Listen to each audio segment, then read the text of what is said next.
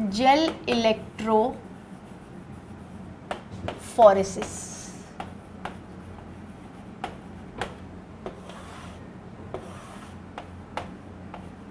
ठीक है, अब ये जो प्रोसीजर है ये लेबोरेटरीज में होता है, ऐसा तो नहीं ना कि आप अपने हाथ में डीएनए को लेकर सेग्रीगेट कर सकते हो।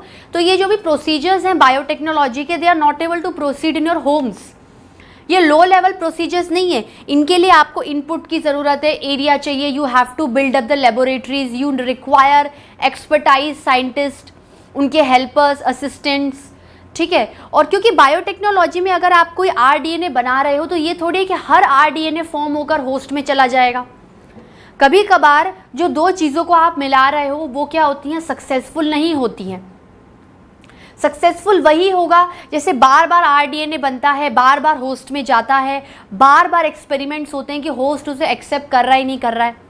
भाई अगर आप सिंपल एग्जाम्पल की फॉर्म में लो कि जेली फिश या स्टार फिश रात में अगर चमकती है और वो चमकने वाला मैंने जीन उठाकर फ्रॉग में डाल दिया, तो क्या ज़रूरी है कि फ्रॉग भी चमकेगा रात में? अगर फ्रॉग ने वो आरडीएनए सक्सेसफुली इनटेक कर लिया और अपने मेन डीएनए के साथ उसे जोड़ दिया, तो जैसे जैसे फ्रॉग रिप्रोडक्शन करते जाएंगे, अपने नंबर को बढ़ाते जाएंगे, वो आरडीएनए दिन ब दिन उनकी जनरेशन में आता जाएगा। जैसे जैसे वो आरडीएनए जनरेशन में आता जाएगा वो कैरेक्टर शो होता जाएगा, वो ट्रेट एक्सप्रेस होगा और फ्रॉग भी रात में चमकेंगे। यही तो बेसिस है ना हमारा बायोटेक्नोलॉजी का, कि आप हर लिविंग ऑर्गेनिजम्स पे एक्सपेरिमेंट करो, हर लिविंग ऑर्गेनिजम्स पे रिसर्च करो और देखो कि उनके अंदर क्या क्वालिटीज़ है, क्या अच्छी चीज़ है, और है तो उसे निकाल लो। और क्वालिटी, ट्रेट्स और फीचर्स सिर्फ और सिर्फ हमारे जीन्स में होते हैं, और जीन के अंदर genetic material DNA and RNA होता है। और हमें सबसे ज़्यादा डीलिंग किसके साथ करनी है? डीएनए के साथ, जो कि हम कर रहे हैं। ठीक है स्टूडेंट्स, तो ये बात हो गई। अब ये चीज़ें घर में नहीं हो सकती हैं, लेबोरेटरी में हो सकती हैं। तो ये जेल इलेक्ट्रोफोरेसिस एक प्लेट के अंदर प्रोसीड किया जाता है, जिसको आप जेल प्लेट कहते हो, क्योंकि इस प्लेट के अंदर अभी आप जेल डालोगे। ठीक है, आपने क्या कर लिया, प्लेट ले लिया। इस प्रोसीजर को कैरी ऑन करने के लिए आपने क्या, एक प्लेट ले लिया और प्लेट के अंदर आपने एक जेल डाल दिया। जेल का नाम है एगेरोस जेल। जेल का नाम क्या है? Agarose gel. जो ये जेल इलेक्ट्रोफोरेसिस है, इसको प्रोसीड करने के लिए, या डीएनए फ्रेगमेंट, मतलब देखोगे कि भाई किस तरह डीएनए जाता है, किस तरह से वो अपने साइज के अकॉर्डिंग मूव करता है, किस तरीके से इलेक्ट्रिक फील्ड क्रिएट होता है। क्यों? क्योंकि डीएनए एक नेगेटिवली चार्ज्ड मॉलिक्यूल है, तो डेफिनेटली कोई ना कोई नेगेटिव पॉजिटिव का कॉन्सेप्ट आएगा और इलेक्ट्रिक फील्ड क्रिएट होगा। लेकिन सबसे पहले हमें बेसिक्स समझने हैं कि जेल इलेक्ट्रोफोरेसिस में जो जेल है उसमें कौन सा नेम है जेल का, कौन सी जेल यूज कर सकते हैं, तो उसका नाम है agarose gel. Here a gel is used called as agarose gel। ठीक है, here a gel is used called as agarose gel, called as agarose gel। ठीक है, अब ये जेल क्या होता है, कहाँ से डिराइव होता है, किस तरीके से दिखता है? देखो ये जेल क्या है, ये जेल एक सेमी सॉलिड जेल है, ना तो बहुत पानी है ना ही बहुत गाढ़ा या सॉलिड है। मतलब गाढ़ा इन द सेंस कि ना तो ये बिल्कुल सॉलिड है, कठोर है, ना ही ये बिल्कुल लिक्विड है, पतला है, ये इसके बीच की कंसिस्टेंसी का है। जैसे गोंद होती है, गोंद की कंसिस्टेंसी कैसी है? Semi solid. सिमिलरली ये जेल क्या होता है? Semi solid. तो थोड़ा सा पहले एगेरोस जेल के बारे में हम लोग पढ़ लेते हैं।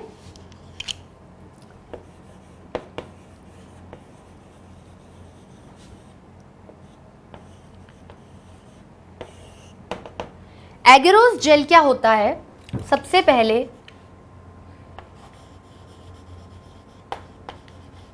Semi solid consistency, semi solid consistency. दूसरा, ये डिराइव होता है एक सब्सटेंस अगार अगार से, अगार अगार आपने काफ़ी सुना होगा। अगार अगार जनरली आपके लेबोरेटरीज में यूज़ होता है। ये एक वाइडली और कॉमनली यूज्ड मीडियम है जो कि बैक्टीरिया के कल्चर में उनकी कॉलोनीज को बनाकर पढ़ने में मदद करता है। तो जैसे एक पेट्री डिश ले ली, एक प्लेट ले ली, उसमें अगार मीडियम डाल दिया, रेड कलर का मीडियम होता है। ये रेड इसका कलर होता है क्योंकि ये अगार अगार, ये जो अगार अगार है ये एक एल्गी से डिराइव होता है जिसका कलर रेड है, तो रेड एल्गी से डिराइव होता है। जैसे एग्जाम्पल होगा जेलिडियम, ग्रेसिलेरिया, और इसी अगार अगार से आप एगरोस भी लेते हो। तो डायरेक्टली आपने एगरोस अगार अगार से डिराइव किया, पर इनडायरेक्टली आपने रेड एल्गी से डिराइव किया। मान लो क्वेश्चन आता है कि agarose derive from gelidium type of algae, तो कंफ्यूज मत होना, ये बात सही है, ठीक है।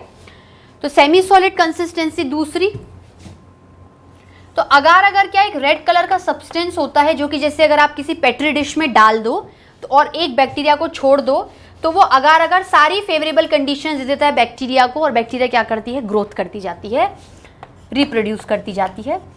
Derive from a substance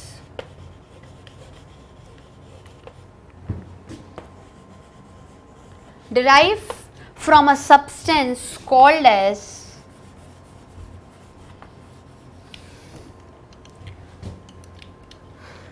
agar agar,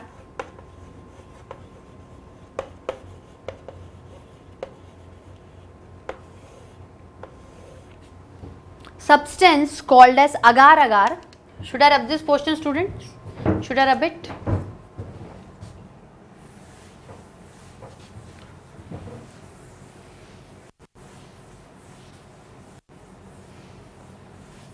ठीक है, अब मैं इसके बारे में इधर लिखा रही हूं। अगार अगार is a substance,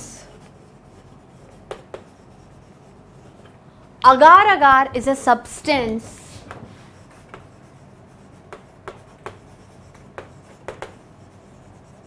derived from a red algae, example Gracilaria and Gelidium.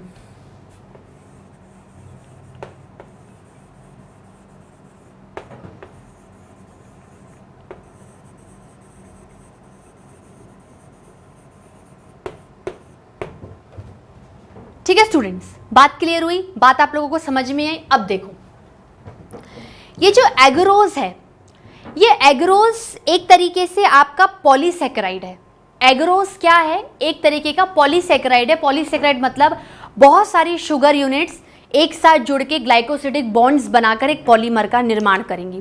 तो एगरोस क्या है, एक पॉलीसेकेराइड, अगर केमिकल नेचर की बात करें एक बायोमोलिक्यूल है, तो agarose is a type of polysaccharide type of biomolecule. तो लिखेंगे एगरोस इज अ polysaccharide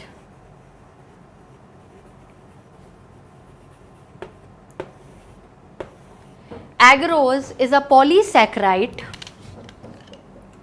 अगर ये पॉलीसेकेराइड है या ये पॉलीमर है तो ये किसी ना किसी मोनोमर से मिलके भी बना होगा। इट्स मोनोमेरिक यूनिट, इसकी जो मोनोमेरिक यूनिट है, it's monomeric unit called as, मैं थोड़ा सा एक्स्ट्रा बता रही हूं इसमें, कॉल्ड एज एगेरोबायोस। ठीक है, एगेरोबायोस।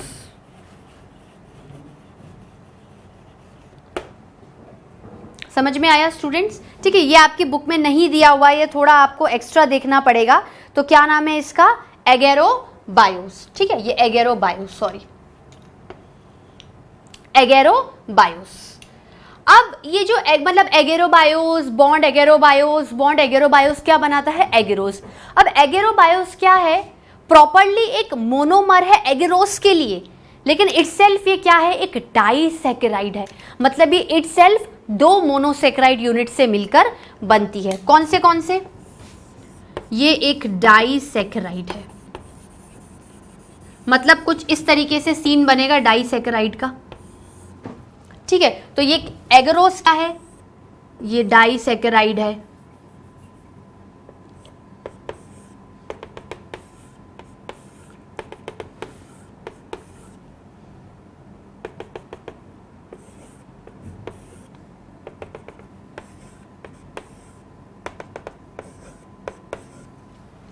ठीक है, तो ये क्या है, एगेरोबायोस है, ये एक डाइसैकेराइड है, ये प्रॉपरली एक एगेरोबायोस रिप्रेजेंट करा, तो एगेरोबायोस बॉन्ड एगेरोबायोस बॉन्ड एगेरोबायोस क्या बनेगा, एगरोस बनेगा। ठीक है, अब कौन सी, ये जो डाइसैकेराइड है तो कौन सी दो इंडिविजुअल मोनोसैकेराइड यूनिट से बनते हैं, वो है गैलेक्टोज और गैलेक्टोपाइरेनोस।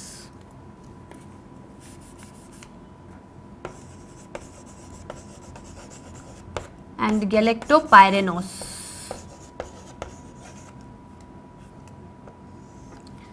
Galactose and galactopyranose. ठीक है स्टूडेंट्स, ये वाली बात तो गई। अब आपको क्या है, अगार अगार मतलब ये एगरोस मीडियम का पूरा पता चल गया है। अब आपने क्या कर दिया, डाल दिया, पूरे में जेली जेल है, पूरे में क्या है, जेली जेल है।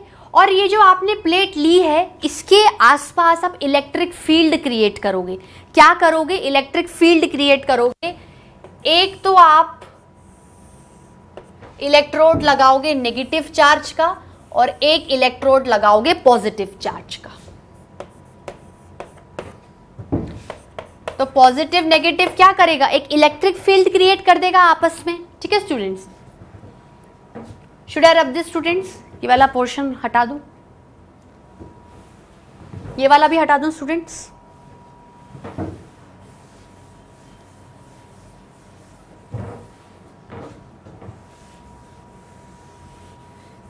अब क्या है, एक प्लेट है, जेल प्लेट है, जिसके अंदर जेल कंटेनिंग है। जेल के बारे में हमने जितनी इंफॉर्मेशन थी ले ली। ठीक है, अब क्या है, क्या करना चाहिए, इसके बारे में लिखते हैं यहां पर। आपने क्या, थोड़ा सा इसके बारे में लिख लो। Take a gel plate,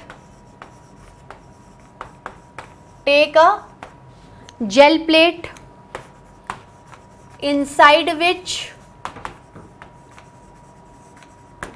agarose gel is containing,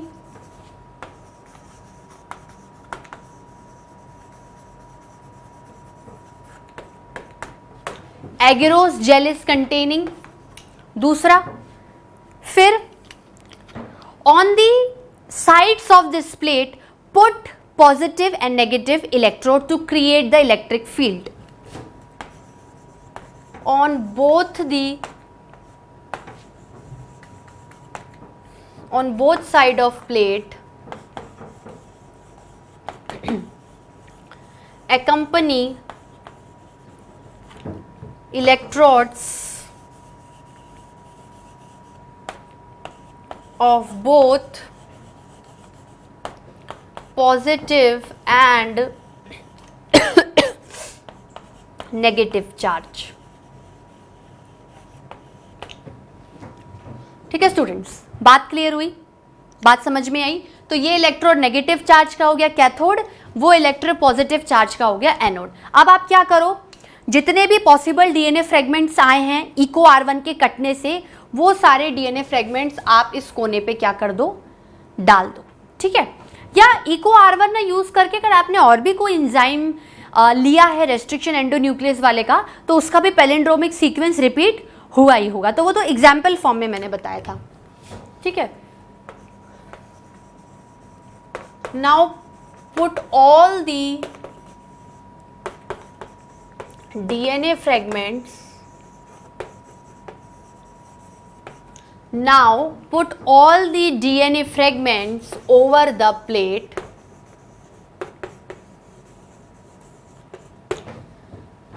over the plate। ठीक है, डाल दिया आपने DNA.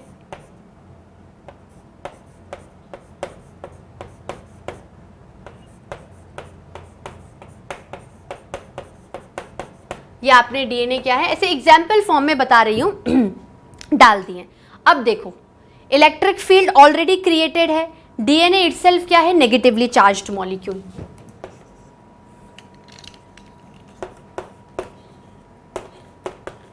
DNA is a negatively charged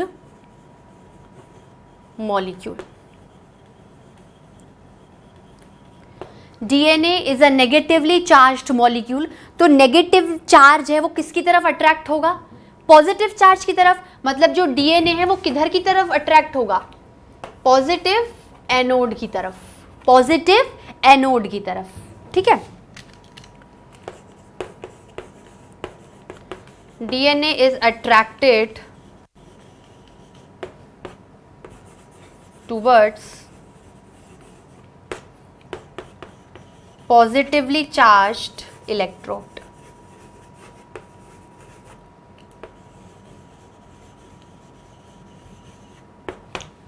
positively charged electrode, ठीक है। ये बात हो गई, बात समझ में आई। अब ये जो मूवमेंट होगा, ये जो इलेक्ट्रिक फील्ड क्रिएट हुआ है, नेगेटिव पॉजिटिव का जो अट्रैक्शन है, इंटरैक्शन है, उसमें क्या होगा, डीएनए किस तरीके से मूव करेगा, अपने साइज के अकॉर्डिंग, अपने वेट के अकॉर्डिंग। हल्का वाला जो डीएनए है वो पहले मूव कर लेगा और जो भारी वाला डीएनए वो धीरे धीरे मूव करेगा। तो इस तरीके से होगा, जैसे छोटा डीएनए पहले मूव कर गया, फिर थोड़ा बड़ा, फिर और बड़ा, फिर और बड़ा, फिर ये सबसे बड़ा है, ठीक है। सो जो सबसे लोएस्ट वाला वेट होगा, जो सबसे हल्का वाला होगा, वो बड़ी इजीली मूव कर जाएगा, ठीक है। तो should I rub this portion, should I rub it?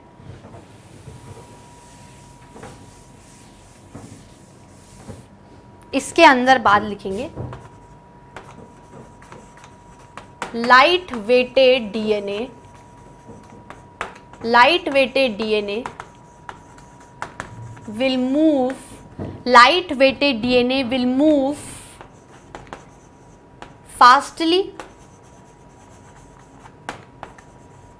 in comparison to heavy weighted DNA.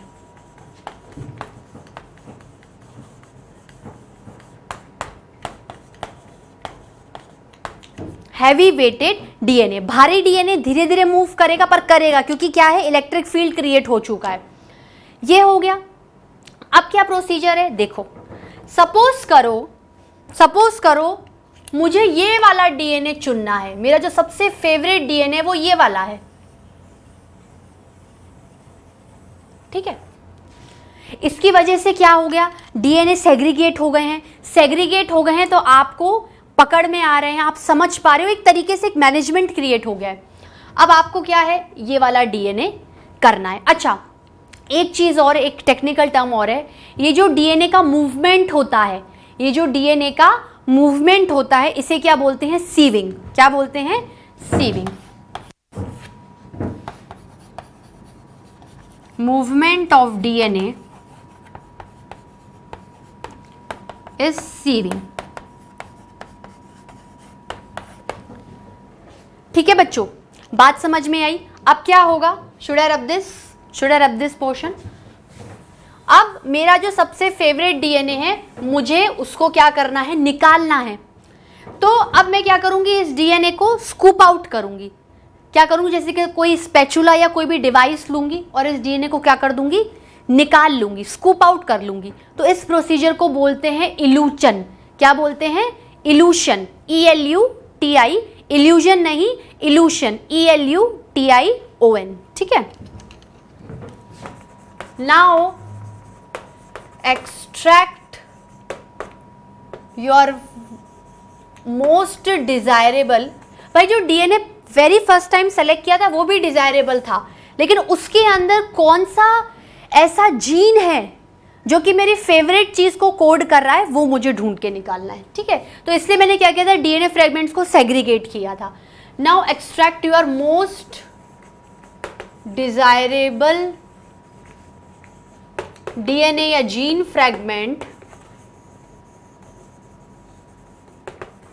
From that gel plate,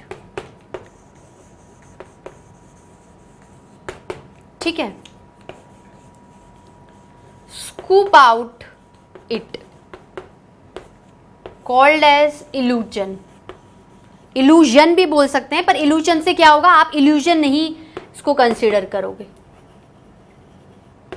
ठीक है स्टूडेंट्स। अब जैसे आपने इस डीएनए को एक्सट्रैक्ट कर लिया, तो क्या ये डीएनए खाली आएगा? भाई जेल तो चिपकी हुई है ना, जेल तो सेमी सॉलिड, डीएनए बिल्कुल चिपका हुआ है जेल से। डीएनए क्या है, बिल्कुल चिपका हुआ है। अगार क्या होता है भाई, अगार से आया एगरोस, तो एगरोस क्या होता है, ऐसा एक मैशवर्क टाइप नेटवर्क होता है, ऐसे धागा नुमा फंसे हुए चीजें होती हैं जिनके ऊपर क्या होता है, पोर्स होते हैं। इसलिए जो डीएनए की साइज है वो इन एगरोस्पोर के हिसाब से मूव कर रही है। भाई ये आपका पूरा एगरोस जेल है, ये एक मैशवर्क नेटवर्क की तरह सब्सटेंस है जिसके ऊपर छोटे दानानुमा पोरनुमा स्ट्रक्चर्स प्रेजेंट हैं। अब आपका डीएनए मूव कर रहा है तो जो सबसे छोटा डीएनए होगा, छोटी चीज ऑब्वियसली लाइट होगी, वो छोटा डीएनए फट से एगरोस्पोर से निकल जाएगा और आगे चला जाएगा लाइट वेट, और बड़े वाले को क्या लगेगा, टाइम लगेगा क्योंकि वो भारी है, ठीक है, या उस स्पोर साइज से मैच नहीं कर रहा होगा, ठीक है स्टूडेंट, या वो धीरे धीरे धीरे उस स्पोर साइज को काट कर आगे निकलेगा, तो उसकी गति क्या हो गई है, उसकी स्पीड क्या हो गई है, थोड़ी स्लो हो गई है। ये हो गया। अब आपने क्या जो डीएनए स्कूप आउट किया है वो स्टिल एकम्पनीड विद जेल है, एकम्पनीड क्या है, जेल है, और आप उस डीएनए को ढंग से नहीं देख पा रहे हो। वो जेल क्या है, ऐसा ट्रांसलूसेंट व्हाइटिश जेल है, पर डीएनए को क्या है आप ढंग से उसमें से नहीं निकाल पा रहे हो, तो निकालोगे नहीं तो फिर फायदा क्या है इसका, ठीक है। Should I rub this complete portion.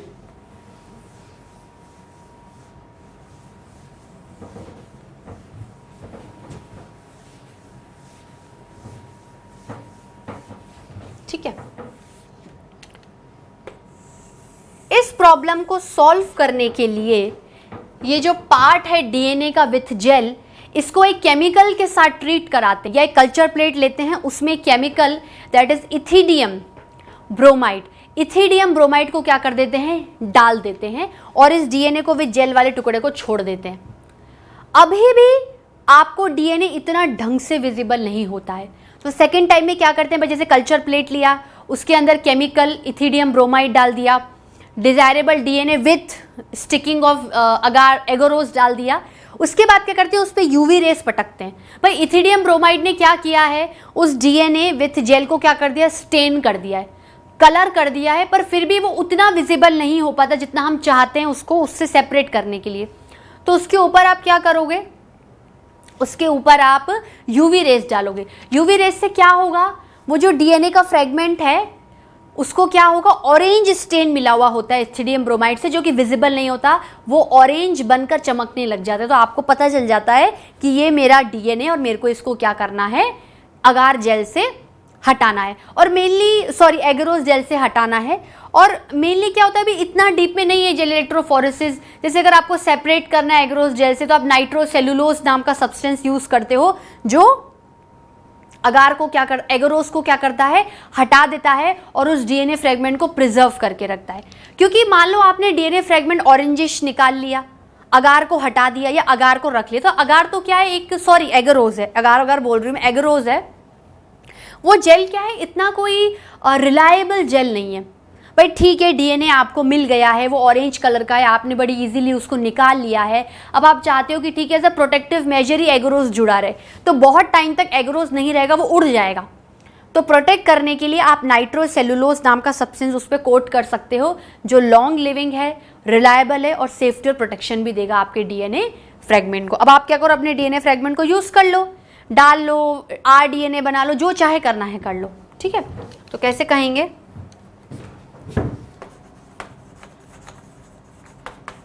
that scooped out DNA fragment, that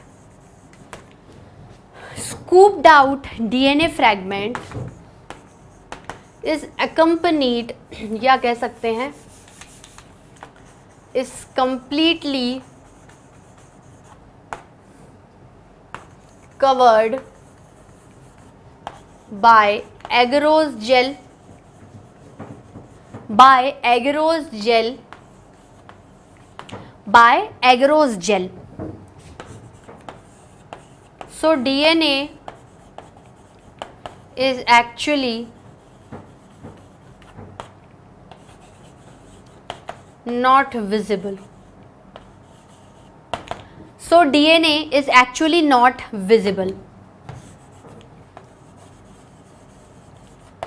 Treat DNA plus gel with a chemical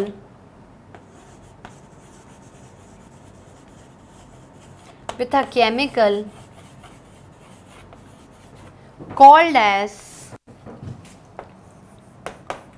ethidium bromide.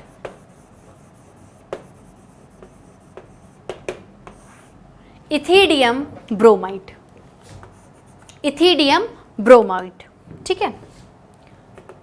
This chemical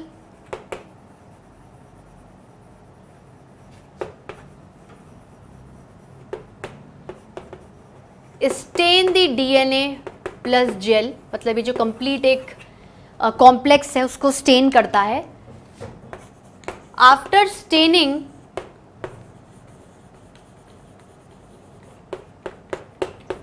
DNA is still not visible properly.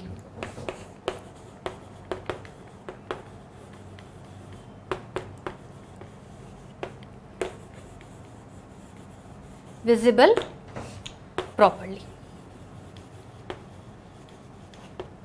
ठीक है। To make it visible,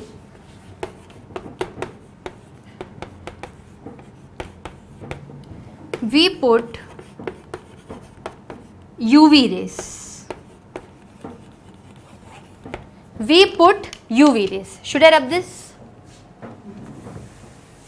Due to exposure of UV rays, DNA will appear orange in color. बिल्कुल एक band दिखता है orange colour का, ठीक है।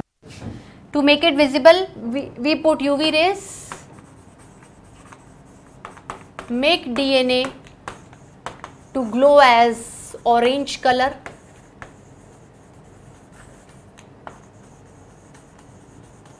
To glow as orange color, बिल्कुल ऐसे जैसे ये जेल है,